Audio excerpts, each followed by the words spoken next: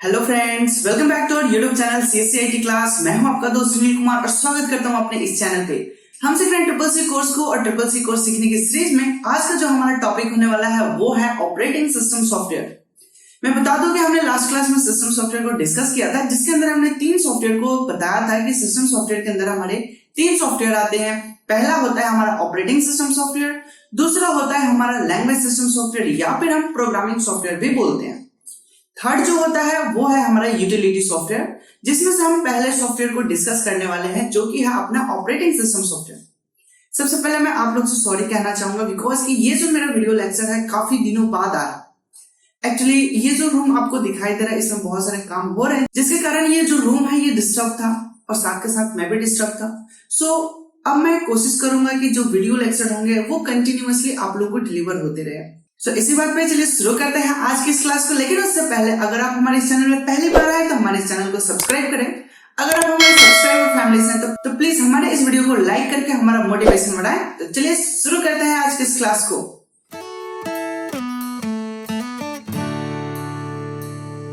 So guys, तो हम अपने कंप्यूटर स्क्रीन पे आ चुके हैं और यहाँ पे आप देख रहे हैं सिस्टम सॉफ्टवेयर के डिटेल्स। तो ये जो टॉपिक आपको दिखाई दे रहा है ये हमारे पिछले क्लास में डिस्कस किया जा चुका है, जिसके अंदर हमने समझा हुआ है कि सिस्टम सॉफ्टवेयर क्या होता है और इसके कितने टाइप्स होते हैं। सिस्टम सॉफ्टवेयर के टाइप्स में हमने 3 टाइप्स देखे थे, operating system software, programming system software and utility system software, जिसको हमें एक एक करके डिटेल समझना है। तो फर्स्ट ऑफ ऑल हमें जो समझना है वो है ऑपरेटिंग सिस्टम सॉफ्टवेयर। तो चलिए शुरू करते हैं ऑपरेटिंग सिस्टम सॉफ्टवेयर को, देखते हैं इसमें हमें क्या क्या सीखने को मिलता है, क्या क्या समझना है। ओके, ऑपरेटिंग सिस्टम की मैं बात करूं तो ये बहुत ही एक इंपॉर्टेंट सॉफ्टवेयर है, बहुत ही इंपॉर्टेंट सॉफ्टवेयर है जिसको हम मास्टर कंट्रोलर भी बोलते हैं।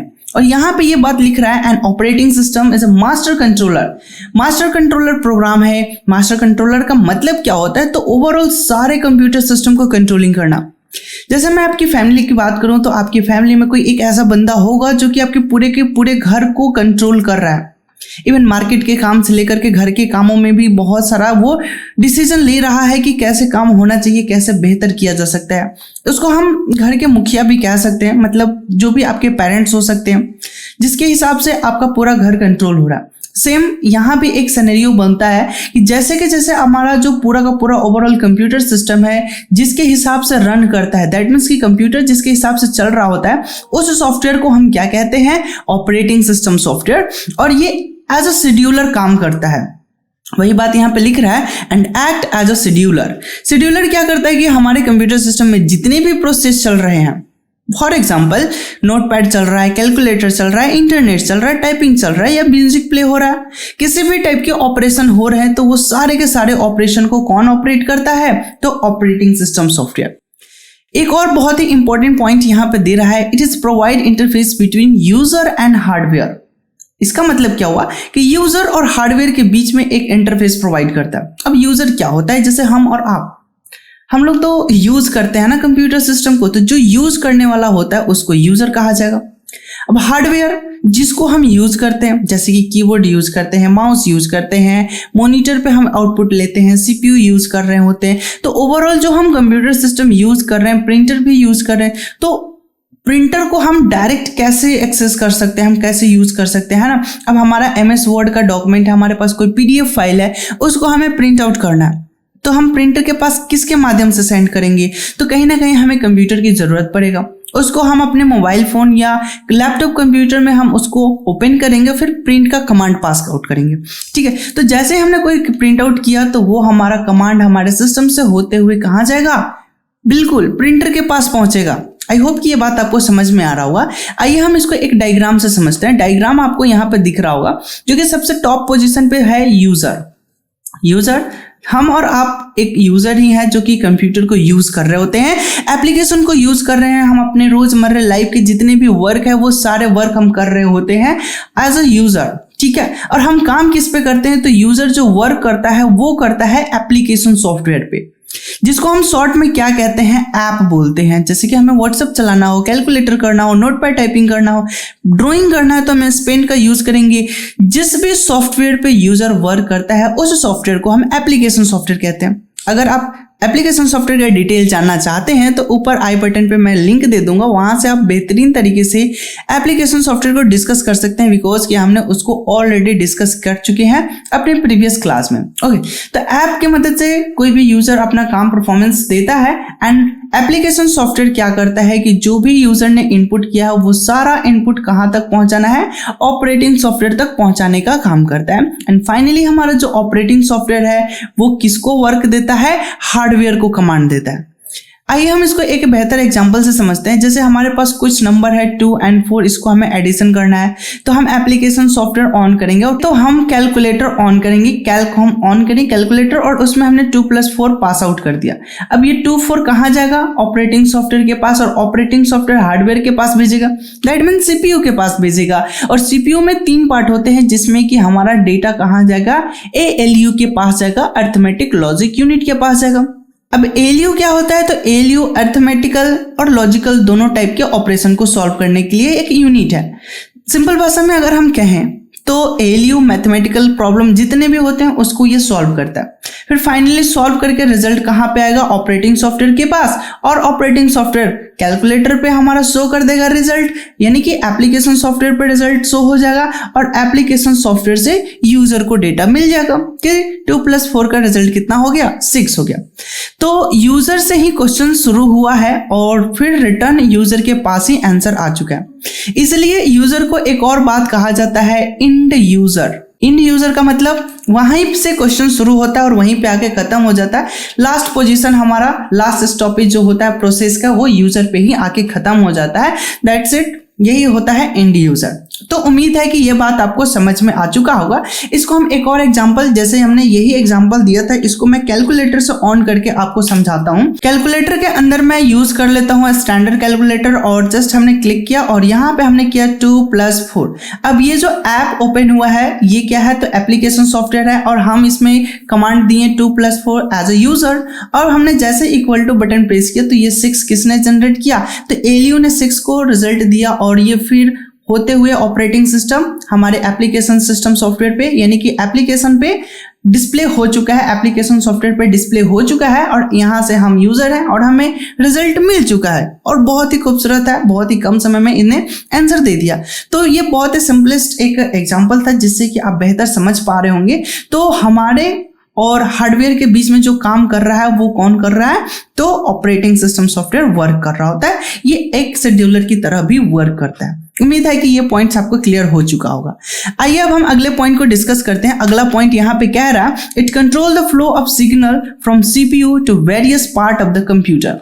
अब देखिए सीपीयू क्या है कि सीपीयू हमारा कंप्यूटर का ब्रेन है, और ये बहुत सारे कंप्यूटर को अपने साथ जुड़ा हुआ है। जैसे प्रिंटर भी जुड़ा हुआ है, मॉनिटर भी जुड़ा हुआ है, कीबोर्ड भी जुड़ा हुआ है, माउस भी जुड़ा हुआ है। तो अलग अलग सिग्नल्स, अलग अलग डिवाइस जुड़े हुए हैं। अब कब किधर से सिग्नल्स लेना है, किधर इसको आउटपुट करना है, किधर से इनपुट लेना है, कहाँ मेमोरी में स्टोर करना है ना, तो ये सारे डिसीजन किसका होता है, ऑपरेटिंग सॉफ्टवेयर का होता है। ऑपरेटिंग सॉफ्टवेयर ही ओवरऑल सबको मैनेज करने का काम करता है, हार्डवेयर भी मैनेज करता है एंड सॉफ्टवेयर भी मैनेज कर रहा होता है। क्योंकि हमने अभी इस सर्किल वाले में देखा है कि जो ऑपरेटिंग सॉफ्टवेयर का पोजीशन होता है वो कहाँ होता है, हार्डवेयर और एप्लीकेशन सॉफ्टवेयर के बीच में है, यानी कि ये एप्लीकेशन सॉफ्टवेयर को भी हैंडल करेगा और हार्डवेयर को भी हैंडल करेगा। आई होप कि ये बात आपको क्लियर हो चुका होगा। आइए हम अगले पॉइंट को डिस्कस करते हैं। अगला पॉइंट हमारा यहाँ पे बता रहा है types of operating software. Operating software के कितने सारे टाइप्स हैं, तो वैसे तो बहुत सारे टाइप होता है। आप हर बुक में देखिएगा तो अलग अलग आपको टाइप्स देखने को मिल जाएगा, जो कि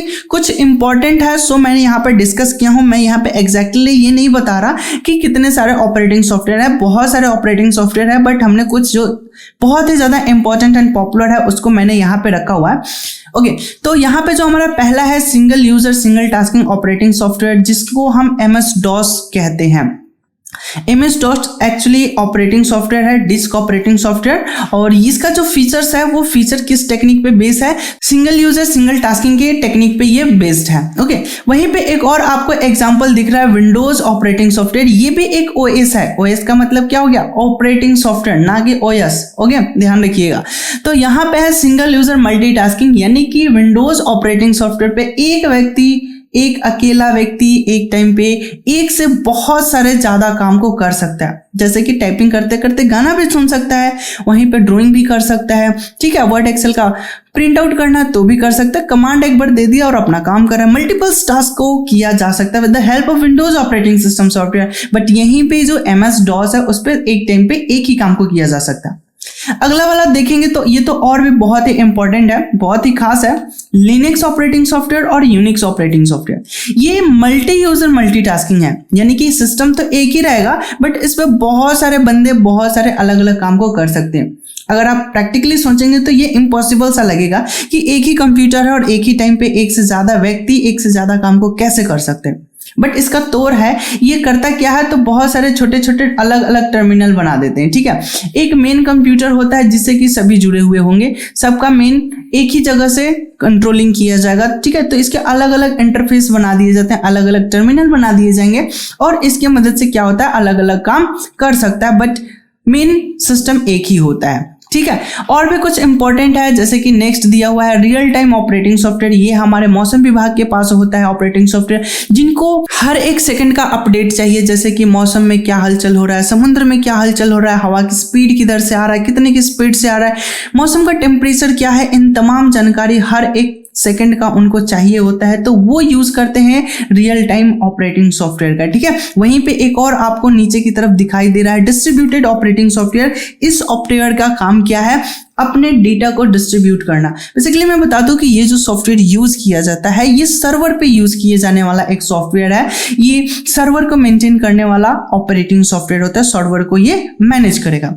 ये क्या करता है कि ये मल्टीपल सर्वर बना देता है और एक ही डेटा को मल्टीपल जगह पे शेयर कर देता है, डिस्ट्रीब्यूट कर देता है। इसी की वजह से इसका नाम क्या है, डिस्ट्रीब्यूटेड ऑपरेटिंग सिस्टम सॉफ्टवेयर। तो अभी तक हमने ऑपरेटिंग सॉफ्टवेयर के टाइप्स को भी डिस्कस कर लिया है, लेकिन एक और मोस्ट इंपॉर्टेंट पॉइंट्स होता है ऑपरेटिंग सॉफ्टवेयर में कि ऑपरेटिंग सॉफ्टवेयर क्या क्या ऑपरेशन कर सकता है, इसके क्या क्या फंक्शन है। तो आइए अब हम थोड़ा सा फंक्शन के ऊपर भी डिस्कशन कर सकते हैं। वैसे ऑपरेटिंग सॉफ्टवेयर के मल्टीपल्स फंक्शन होते हैं, वो बहुत सारे काम को कर सकता है, बट उसमें से कुछ इंपॉर्टेंट है जिसको हम अभी डिस्कस कर रहे हैं। तो पहला जो है प्रोसेसर मैनेजमेंट।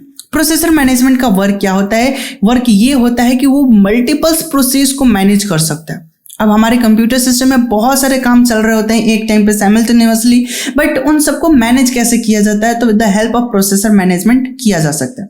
एक होता है प्रोसेस मैनेजमेंट और एक होता है प्रोसेसर मैनेजमेंट। तो प्रोसेसर मैनेजमेंट कहने का मतलब ये होता है कि हमारे एक सिस्टम से मल्टीपल्स प्रोसेसर जुड़े हुए हैं, अब उनको मैनेज करना है, उस टाइम पे हम यूज करेंगे प्रोसेसर मैनेजमेंट। बट अगर हम मल्टीपल प्रोसेस है, एक ही सिस्टम पे मल्टीपल प्रोसेस है और उनको हैंडल किया जाएगा, तो उसको हम बोलते हैं process management. Okay, now next हमारे पास है मेमोरी मैनेजमेंट। ये क्या करता है, हमारे डेटा को मेमोरी में किस जगह पे स्टोर करना है, ये प्रॉब्लम सॉल्व करता है हमारा मेमोरी मैनेजमेंट। अगला जो है वो है फाइल मैनेजमेंट। फाइल मैनेजमेंट का बहुत ही इंपॉर्टेंट रोल होता है जब हम डेटा एक मेमोरी से दूसरे मेमोरी में शेयर करेंगे। यहाँ पे कंफ्यूज नहीं होना, मेमोरी की बात आ रही है तो मेमोरी मैनेजमेंट यहाँ पे भी वर्क करेगा, लेकिन इसका काम बाद में है, जब फाइल ट्रांसफर हो जाता है तब।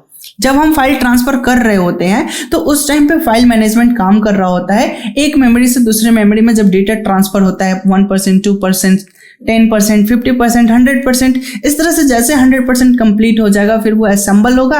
असेंबल होने के बाद मेमोरी में कहीं ना कहीं जगह दिया जाएगा। जब वो जगह मेमोरी में दिया जाएगा उस टाइम पे वर्क करता है हमारा मेमोरी मैनेजमेंट। लेकिन जब हमारा एक डिवाइस से दूसरे डिवाइस में डेटा ट्रांसफर हो रहा होता है छोटे छोटे पैकेट के फॉर्म में, तो इस टाइम पे काम कर रहा होता है फाइल मैनेजमेंट। आई होप कि ये बात आपको क्लियर हो चुका हो। नेक्स्ट पॉइंट हमारा है इनपुट आउटपुट मैनेजमेंट। जैसे कि अभी हमने बताया कि हमारे कंप्यूटर में मल्टीपल पेरिफेरल डिवाइस लगे होते हैं। दैट मीन्स कि कीबोर्ड लगे हुए हैं, माउस लगा हुआ है ना, मॉनिटर लगा हुआ है और प्रिंटर भी लगा हुआ है। तो एक टाइम पे मल्टीपल्स डिवाइस लगे हुए हैं, मल्टीपल्स पेरिफेरल डिवाइस हैं, और इन सबको कब कहाँ से सिग्नल इनपुट लेना है, कब आउटपुट करना है, ये भी मैनेजमेंट करेगा हमारा इनपुट आउटपुट मैनेजमेंट। अगला है हमारा टाइम शेयरिंग मेथड। ये एक बहुत ही अच्छा टेक्निक है मल्टीपल्स प्रोसेस को मैनेज करना। अब जरा ध्यान दीजिए कि प्रोसेस 1 है जिसमें कि हम करना चाहते हैं कैलकुलेटर, दूसरा प्रोसेस है, दूसरे प्रोसेस में मान लीजिए कि हम करना चाहते हैं टाइपिंग, और प्रोसेस तीसरा है जिसमें कि हम क्या बजाना चाहते हैं, म्यूजिक हम प्ले कर रहे हैं, ठीक है। तो अलग अलग प्रोसेस है लेकिन इन तीनों को एक ही टाइम पे करना है, तो क्या ये पॉसिबल है कि सीपीयू हमारे पास एक ही है और एक टाइम पे तीनों को करना है? तो ये पॉसिबल नहीं होता। एक्चुअली मैं थोड़े से डेप्थ में बात करूंगा। एक्चुअली होता ये है कि हर प्रोसेस को एक क्वांटम टाइम दिया जाता है।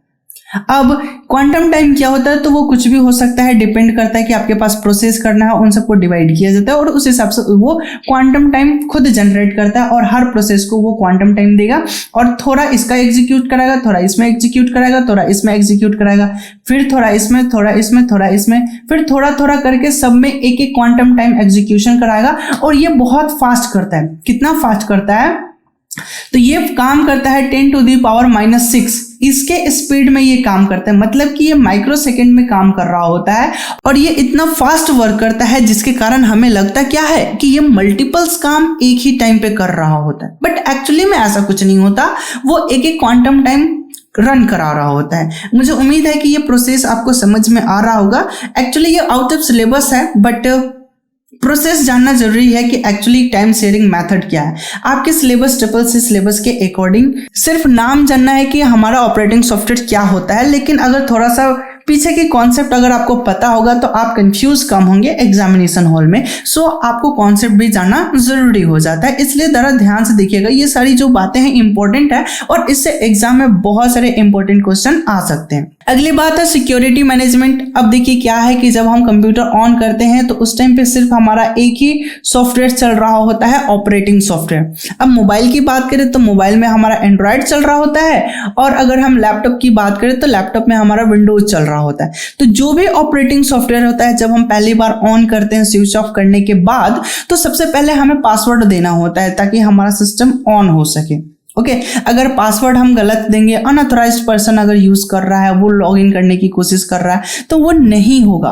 और इसका मैनेजमेंट सिर्फ और सिर्फ कौन कर रहा होता है, तो ऑपरेटिंग सिस्टम ही मैनेज करेगा, क्योंकि अदर सॉफ्टवेयर तो अभी ऑन ही नहीं हुआ है ना। जब तक हमारा कंप्यूटर स्टार्ट नहीं होगा, ऑन नहीं हुआ, तब तक तो हम कोई एप्लीकेशन सॉफ्टवेयर स्टार्ट ही नहीं कर सकते, कोई ऐप ऑन ही नहीं हो सकता है ना। तो उस टाइम पे हमारा जो वर्क कर रहा होता है वो ऑपरेटिंग सॉफ्टवेयर ही होता है। दैट मीन्स कि सिक्योरिटी का भी प्रॉब्लम कौन सॉल्व करता है, तो ऑपरेटिंग सॉफ्टवेयर। इसलिए आपको यह बात समझ में आ गया होगा कि ऑपरेटिंग सॉफ्टवेयर कितना इंपॉर्टेंट है हमारे कंप्यूटर सिस्टम के लिए, और इसी के मदद से हमारा कंप्यूटर स्टार्ट भी हो पाता है। यूं कह सकते हैं कि आपके हमारे बॉडी में जो आत्मा का काम करता है, जो सोल है हमारे बॉडी में, वही कंप्यूटर सिस्टम का सोल होता है ऑपरेटिंग सॉफ्टवेयर, और उसी के नाम से हमारे डिवाइस का नाम रखा जाता है। जैसे मैं एक एक बात कहूं, एंड्रॉयड फोन। अब एंड्रॉयड फोन क्यों पड़ा, क्योंकि उसके अंदर ऑपरेटिंग सॉफ्टवेयर एंड्रॉयड का है। आईफोन, एप्पल का जो फोन होता है उसको आईफोन कहते हैं। क्यों कहते हैं, क्योंकि उसके अंदर आई ऑपरेटिंग सॉफ्टवेयर है। विंडोज लैपटॉप, मैक लैपटॉप या मैकबुक भी बोला जाता है। लैपटॉप अगर एप्पल का है तो उसको हम मैकबुक कहते हैं, क्योंकि मैकिंटोश ऑपरेटिंग सॉफ्टवेयर यूज होता है। जो नॉर्मल हम मार्केट में मिल जाता है नॉर्मली, जो कि लोएस्ट प्राइस का होता है सिस्टम, उसमें विंडोज होता है, किसी में उबंटू होता है, किसी में लिनक्स होता है, किसी में काली होता है। अलग अलग ऑपरेटिंग सॉफ्टवेयर होता है, डिपेंड करता है कि आप किस टाइप का लैपटॉप परचेस कर रहे हैं और उसके अंदर कैसा आप ऑपरेटिंग सॉफ्टवेयर डलवा रहे हैं। ठीक है, तो ये वेरी भी करवाया जा सकता है, चेंज भी करवाया जा सकता है, इसमें कोई बड़ी बात नहीं है। सबकी आत्मा चेंज हो सकती है। और मूवी में देखे भी होंगे कि आत्मा इधर से निकल कर उधर शिफ्ट हो जाता है, एक बॉडी में दो दो आत्मा डाला जा सकता है। तो ये कॉन्सेप्ट हमारे कंप्यूटर सिस्टम में भी होता है कि हम एक ही सिस्टम में दो ऑपरेटिंग सॉफ्टवेयर इंस्टॉल कर सकते हैं। और ये आपका एक बोनस टिप भी रहेगा कि हम एक सिस्टम में मल्टीपल्स ऑपरेटिंग सॉफ्टवेयर रख सकते हैं। सो गाइस, तो मुझे उम्मीद है कि आज का ये जो छोटा सा क्लास है आपको बेहद पसंद आया होगा, क्योंकि आज हमने ऑपरेटिंग सिस्टम सॉफ्टवेयर के बारे में कंप्लीट इंफॉर्मेशन लिया है और साथ के साथ हमने ये भी समझा है कि ऑपरेटिंग सिस्टम सॉफ्टवेयर हमारे कंप्यूटर सिस्टम में क्या रोल करता है, इवन इसके कितने सारे टाइप्स हैं, उन तमाम टॉपिक के बारे में हमने इसमें डिस्कस किया हुआ। तो आज का क्लास बहुत ही इंटरेस्टिंग और बहुत ही लाजवाब रहा है और मैं आशा करता हूं कि आपको सारी बातें क्लियर हो चुका होगा। अगर फिर भी कोई भी डाउट या कंफ्यूजन है तो आप हमें कमेंट सेक्शन में कमेंट करके बेझिझक पूछ सकते हैं। और हमारा पढ़ाया हुआ अगर आपको पसंद आता है तो अपने दोस्तों के साथ भी शेयर करें। ज्यादा से ज्यादा लोग तक शेयर करने के लिए आप WhatsApp group, Facebook wall and Instagram page पे भी शेयर कर सकते हैं। तो आज की क्लास में बस इतना ही। मिलते हैं हम अपने अगले क्लास में लैंग्वेज सिस्टम सॉफ्टवेयर के साथ। तब तक के लिए धन्यवाद, take care and bye bye.